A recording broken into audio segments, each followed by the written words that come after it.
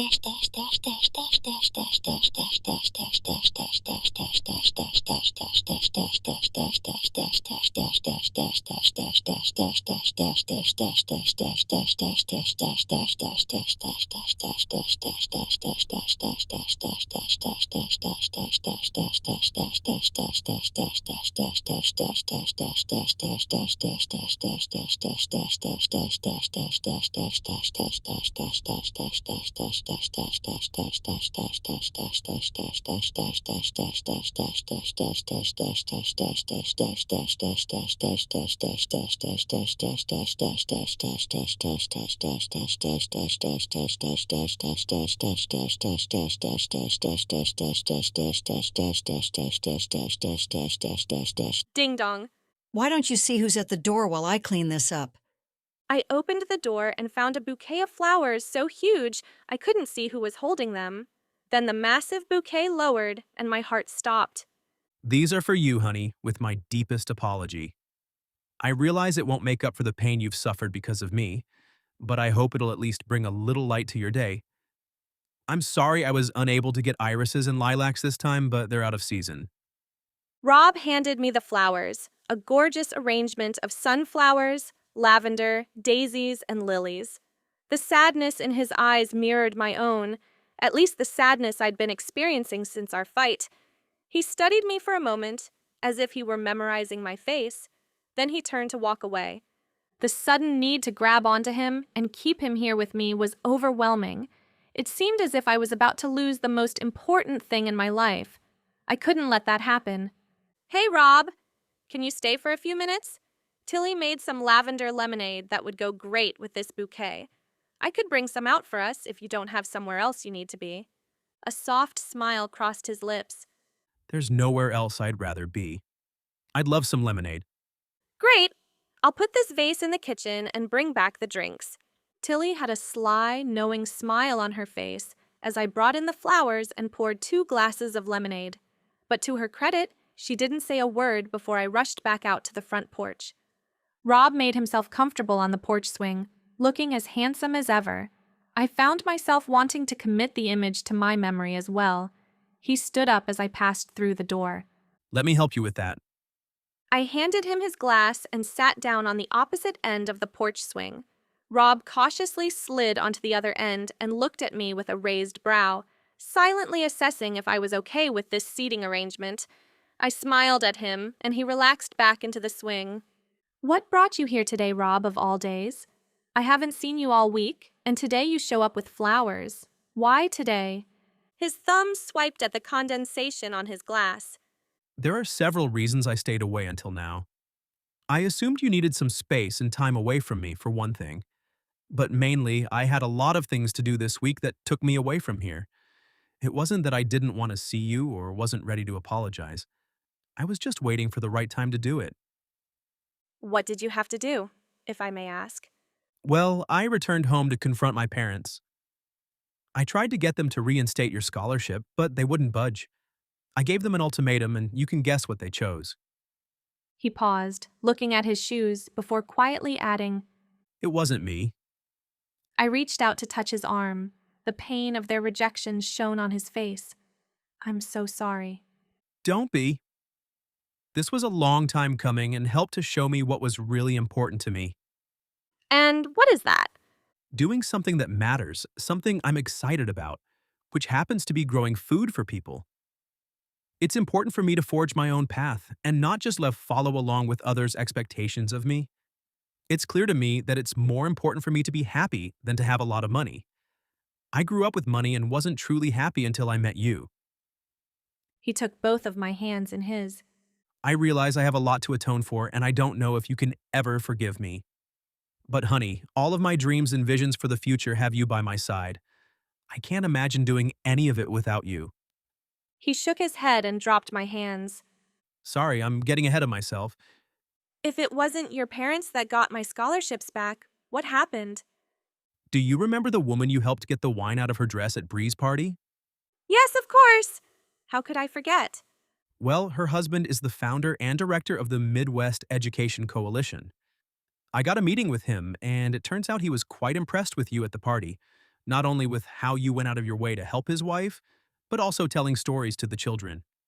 When I told him about your situation, he was eager to help. All he needed was your grades, essay, and volunteer service record. But I never sent that to him. Rob nodded. I wasn't sure you would be receptive to this idea and didn't want to get your hopes up in case it didn't work out. So I called your mom and asked her to contact the college and forward the required documentation you submitted for the other scholarships to Mr. Jeffries. Your mom said she was happy to be able to do something to help you for a change. Anyway, we got it all submitted, and Mr. Jeffries was so blown away with your commitment to education through your essay and volunteering that he extended your scholarship to 4 years to ensure you become a teacher. He said they need more devoted teachers like you, which was the whole reason he established the charity in the first place. Tears streamed down my face. I'd never been so touched in all my life. How could I be angry at a man who went to all that trouble to help my dreams become reality? Rob stood in front of me and dried my tears with his thumbs. I'm sorry I hurt you, but I'm hoping to spend the rest of my life making it up to you. I couldn't hold back any longer. I launched myself into his arms. He held me tightly as I clung to him. I managed to whisper into his ear, "Thank you." It felt good to be with him again. I don't know how long we stood there. Though I would have liked to stay like this forever, another question poked my brain and forced me to let go of him and step back. You said you talked to my mom. Did you also have something to do with her getting into a treatment program? Rob looked a little sheepish, looking at the ground before answering. I called my friend Cole, whose dad is a senator. I asked him if he could find out if there were any programs for someone who didn't have money for alcohol rehab. He talked to his dad and found one that was perfect for your mom. All I did was find resources for programs that were already out there, then made the call connecting the program, the treatment center, and your mom. It's really not a big deal. That's where you're wrong. It's a very big deal. I'm sure you would have liked to just give us the money to make both of those problems go away, but you understood I wouldn't be comfortable with that. You went the extra mile, taking the time to make calls and meet with people who could make it happen legitimately. I have had a lot of people help me out over the years, and lots who felt sorry for me and wanted to fix it. But nobody ever made the effort to find resources to help like you did. You really are the best man I have ever known. I wouldn't go that. He left me no choice but to stop him from downplaying his good deeds in the only way I could think of. I pressed my lips to his. We softened and melted into each other. The heat between us blazed, but I couldn't pull away, didn't want to. The rest of the world faded away. No other sounds or sensations existed beyond our bodies and how they fit together. It was as if the world suddenly shifted into place. I felt the rightness of it to my very core. This was home for me. This was where I belonged, with this man, forever. We were both breathless when Rob broke the kiss. He placed his hands on the sides of my face and looked deeply into my eyes. It seemed like I could float away in the heavenly depths of his baby blues. I honey you, love. He groaned, and his cheeks turned red. I mean, I love you, honey. I know I honey you, love, too. He kissed me again and tucked a lock of hair behind my ear, trailing his finger along my face. You make everything better, even the mundane things like pulling weeds. I'm not only sublimely happy when I'm around you, but I feel more myself than I've ever been. And you make me want to be a better man. I realize this is sudden, so I won't make it official, but I want to be clear about my intentions. I want to marry you and raise our children on the farm. You'll become a teacher and our kids will go to your school. We'll sit on the porch swing and watch them run around the yard and play with the goats. And of course, Tilly will continue to meddle in our lives. Tears leaked from my eyes once again, and I rested my face against his chest. If you don't want that, tell me now. Because the past week without you has been unbearable. I want that. I want it all. It's everything I ever wanted, but was afraid to hope for. I love you, and I want that future, with you. And just like that, I knew. This was my destiny. All the challenges I faced in my life seemed worthwhile, now that I would spend the rest of my life with this man. Miracles do happen. I guess Tilly's cards were right after all. Epilogue. Tilly. Peeking through the curtains to the front porch, I saw Honey and Rob embracing. I let the curtain fall, not wanting to be a voyeur. It did my heart good to see those two finally realize what I knew the moment he walked into the shop all those months ago. Rob and Honey were meant to be together. All the special blends of oils, lotions, and soaps I made for them all summer seemed to have paid off. I couldn't tell them what they were for, of course. They never would have agreed. Not that it made a huge difference anyway. Their souls knew what they wanted and what their destiny was. I just tried to make the path a little easier and smell a little better along the way. Hee. Let's see what the cards say for Honey and Rob's future. I shuffled the cards and pulled out 3 that seemed to jump from the deck. Soulmate connection. Well, that was obvious. Loving family. Ah, yes. I can see them having a large brood running around the farm. And the last card, a cultivating love and peace. They will grow as a couple and individuals surrounded in love and peace not only for themselves but for their entire family and the community. Their love will be infused in all that grows on the farm and will spread through all Honey teaches at school. Okay, let's pull one more card. What is my part in all of this? I shuffled the cards again. One card flew out and landed face up on the table. Generational support. Isn't that fascinating?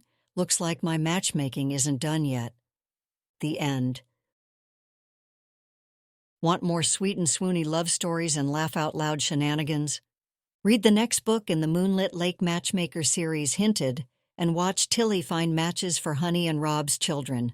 Available direct from the author or at your favorite online retailer. You have just listened to Matched, Moonlit Lake Matchmaker Series, Book 0, written by Kristeen Groth, narrated by male and female synthesized voices. Copyright 2023 by Kristeen Groth. Production copyright 2025 by Kristeen Groth. If you enjoyed listening to this story, please leave a review and look for the next book in the series, Hinted.